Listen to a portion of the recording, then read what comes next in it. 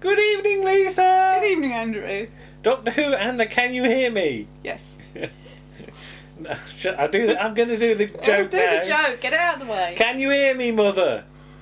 Yes. Sandy Powell. Yes. Who apparently Yes. used that line first in the theatre in Coventry, Okay. where you took me to our first. Where I took you. Where you took me to our first Doctor Who convention together. Yes. So there you go. You did. There's a Coventry connection. Yes. Right. What's in your box? Matchbox. You need some sort of like music for that. What's that? I can't see. It's It's a load of plastic things. It's all jammed in together. It's all jammed in. There's a dinky, Dusty Matt Smith with his wand in his hand. with wand. His wand. Is that what you called it? Yeah. There's a tiny Sontarian. A Sontaroon. There you go. What we got? We got a, what's that? A Sylvanian. Silurian. A Silurian. Doctor Who and the Sylvanians. They're little. Yeah, I know what they are. Doctor Who and a Silent. Silence don't sus. They've got S's in them. They're not cats. And Doctor Who and a Whooping Angel. And we've got whooping cough. Which are creatures of the nightmares, aren't Yes. And Rosie's they? And here. Rose is here, who is also a nightmarish creature. Hello, Rose. Go sit. You're going to sit on me? Okay. Yeah, thank you. So what do you reckon then? Interesting. Interesting? Yes. I think I might need to watch that one again. And nicely odd in places, I Yes. think. Yeah. The animation Yes, was... I did. I know about the animation, and I wasn't actually. I'd forgotten. I I read was it waiting somewhere for it. I was yesterday. waiting for it. Yeah, very Hitchhiker's Guide to the Galaxy. No wrong with that. Yeah, not complaining, but yeah. But yeah, I sort of knew it was coming, and I was almost looking at my watch about halfway through, going, "Where is it? Where Where's is this it?" animation gone? But I like the. Is there such a word as surreality of it? I'm pretty sure that's a word. But yeah. Probably not. But this story, where are you going? Is all about the sort of logic of nightmares a bit, isn't it? So you've got the whole like. Do you reckon kids will like dream about fingers flying Yes. through the air and going in their ears and Yes. things like that? Yeah. I have to ask, have you ever had any sort of Doctor Who dreams? Because I've got a couple. I have occasional ones where I'm being chased by Daleks and Yeah. things. Zombies. That's not to do with Doctor Who. Zombies? Yeah, zombies. I was pushing out of the way with the chair. Oh, right, okay. That's really stuck I with me. It's occasionally weird. dream about the TARDIS, and my brain can't seem to handle the standing outside the TARDIS to going inside the TARDIS transition. So you're either outside or inside. Yeah, and it doesn't seem to join up, and like the TARDIS is like sort of inside out or something Okay. like that. But the only thing I ever really sort of had, I've never really had Dalek dreams, but the Crinoid. Oh right, yeah. I think I've probably mentioned to you Yes. before. Like it could be on the horizon and like looming, and maybe I'm conflating it with Kroll a bit, but big tentacles would come out and Suck you up. and suck me off, suck me up. No, that's a whole different dream. Yes. But I do like the whole thing, and we've dealt with it here again, of the Immortals Yes. stroke Eternals. Yes. And And- they're bored. And so you've got the whole Black Guardian, White Guardian thing, which is never really explained. No. You've got things like the Toy Maker. Yes. You've got the Eternals from Yeah. Enlightenment.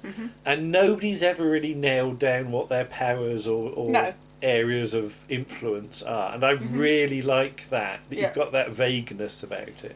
Because you've met the Toy Maker, haven't you? I have met the toy maker. And Yes. he had threw raspberries. he threw raspberries He at did you. throw raspberries. He had raspberries and they You fell better off. explain who the Toy Maker is. Michael Goff. Michael Goff was the Michael Toy Goff. Maker in... Yeah, I once had him through my till. Yeah, Not at the store I work at now, at this previous shop yeah. I worked at, and he was very old and very charming, and he forgot his PIN number, Yeah, which is why I had to shout across to him. yeah. So we go la la la la. I don't need to hear the Celestial Toy Maker's PIN number, but yeah, yeah, he was very, very charming. Yeah, but what do you think of Well, our two villains here then? I like Yeah, particularly Ian Gilder, the Zelen. Yeah. He's very Because I don't creepy. know either of them from anything. I'm not sure about the actress, the female Yeah. god, because I'm not quite sure who that is, and Yeah. I've not seen her in anything. But she's very good. Mm. But Ian Gilder he's done a lot of stuff, and apparently because he is the voice of the remnants Right. in the Okay. Ghost Monument. Yeah. And when he did that, I think he said to Christian, well, does this mean I can't be in it again? And Christian was like, no, because we don't see your face when you get your voice. Blimey, Cyril Shaps is in so Doctor many Who about times. 29 Yeah, times, so, isn't he? So. yeah, he's very creepy. Do you know what I thought of? When they were stood in the street in the darkness, and I see if you can read my mind here, I thought of a certain telefantasy series. Yeah, Sapphire and Steel? No. Okay, what then? From somebody who's written for Doctor Who in the Matt Smith era, and it starred Peter Capaldi. Yeah? You getting it? You getting Neverwhere? it? Neverwhere. I I thought of a bit of Neverwhere about that. That you've got these weird... Well, like, in Neverwhere, you're never quite sure what they are they? they're just... Yeah. Mm. Yeah. And people should see Neverwhere. Cause Neverwhere's fabulous. we should do Neverwhere, We should do Neverwhere on the podcast, we should do shouldn't Neverwhere. we? We just gotta find blimey, it. yes, that's a good idea. It's here somewhere. Glad I thought of that. Okay. But the whole sort of linking of it, and you had the thing at the end about mental health and all of that. Yes, which I think is very appropriate Yeah. for because we're just coming to the end of Mental Health Awareness Week, I think it is. And it's been a while since the Doctor Who stories ended with a phone number, isn't it? Is it Vincent and the Doctor was the last one? Yes, I think it was. Yeah. Yeah. But the whole thing about sort of Ryan and Graham and Yaz and all their sort of backstory and stuff. And I think we're starting to see the possibility of Ryan's exit as well.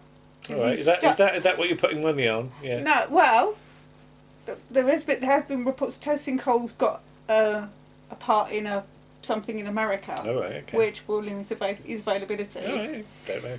And also, as we've said before, 3 companions is quite a lot. So probably at some point one of them will leave. Mm-hmm. But if he leaves, does that mean Graham leaves? Because Graham's only really there because of him. I don't know. So it'll be interesting. Well, but I'm just wondering, because there's little hints now, because he says to Yaz, is this what our lives are going to be like from now onwards? So is he starting to think, I don't want to do this anymore?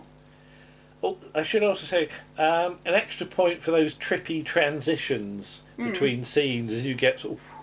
Yeah.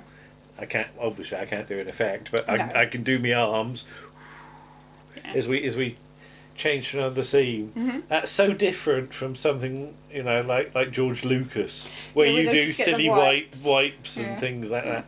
I much prefer sort of organic-y transitions and you things said like that. The font was different at the start. Oh yes, but I said to you, different story, different font. Yeah, but so much for font consistency, and I thought we were sticking to it this season, but clearly we're not now. No, different font.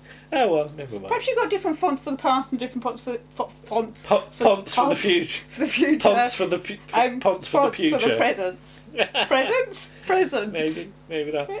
But yeah, I think this one will definitely actually benefit from a rewatch. From a rewatch, and we do try and watch them again on iPlayer if possible. Yeah, there's only a couple this season we haven't rewatched, and that's last week's episode. And the Nikola Tesla one, purely because I enjoyed them so much on the first viewing, I didn't feel the need to watch them again. Yeah, but I don't really want to nail this universe or this setup down too much. I don't actually want to know too much about the thinking behind it. I'm quite happy to take it as being a sort of almost a dream-like thing, and details I will leave for other people to worry about, because fandom, and it does get on my wick sometimes, is very keen to nail down exactly what things are. Yeah. And sometimes you don't need to do that. No. And that's one of the reasons I love Sapphire and Steel. Because Sapphire and Steel are never fully defined. No. And there's much more interest in being a bit fuzzy every now and then, and I really enjoy that because it makes my imagination work. Okay. So I'm quite happy to not to know too much about, and I'm actually not going to if I can help it, because there's a mention of it in the new Doctor Who magazine about the story, isn't there? I think There's just a preview of it. There's a preview. It tells you nothing. But if there's a bit of analysis of it afterwards, Yeah. I'm probably not going to read it, actually. Okay. I want it to be my interpretation not somebody else's. of what it is. And even the writer and director might not necessarily help me to understand it.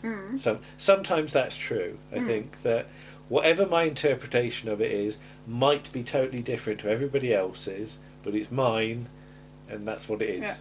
Yeah. And I do wonder as well, just a thought about that scene of the child in his bedroom after being told by his mother there's no such thing as the bogeyman. Yeah. There's going to be a lot of children tonight going to bed with the light on. Yes. Which is not necessarily a bad thing. Given that we've had a massive storm today, and I quite like that thing. I just sort of wonder if some kids are, this is all going to be in their heads, that you've got like the storm of today and the winds, and then you've got these figures. Yeah, because I suppose that thing is like wind, really. Yeah. So I just think it's quite. Sometimes the weather helps Doctor Who, because we always say that Doctor Who should be watched on sort of dark and stormy nights, shouldn't it? And this is quite a good one for that. So yeah, I'm quite pleased with that. Interesting. I don't pretend to explain it all, and I don't want to. Okay. So that's all right. Right. We given that we get more viewers for our Doctor Who stuff, we should point out episode 45 of Round the Archives is now available. Yes. So do listen if you can. If you've enjoyed our nonsense, we're always up for more people to subscribe, because that's always good. Yeah. And otherwise, we'll see you again next week with another video. Yes. Okay. Where's me presser? Oh, I don't know. I've lost me presser again, Lisa. This is ridiculous. Oh, there it is.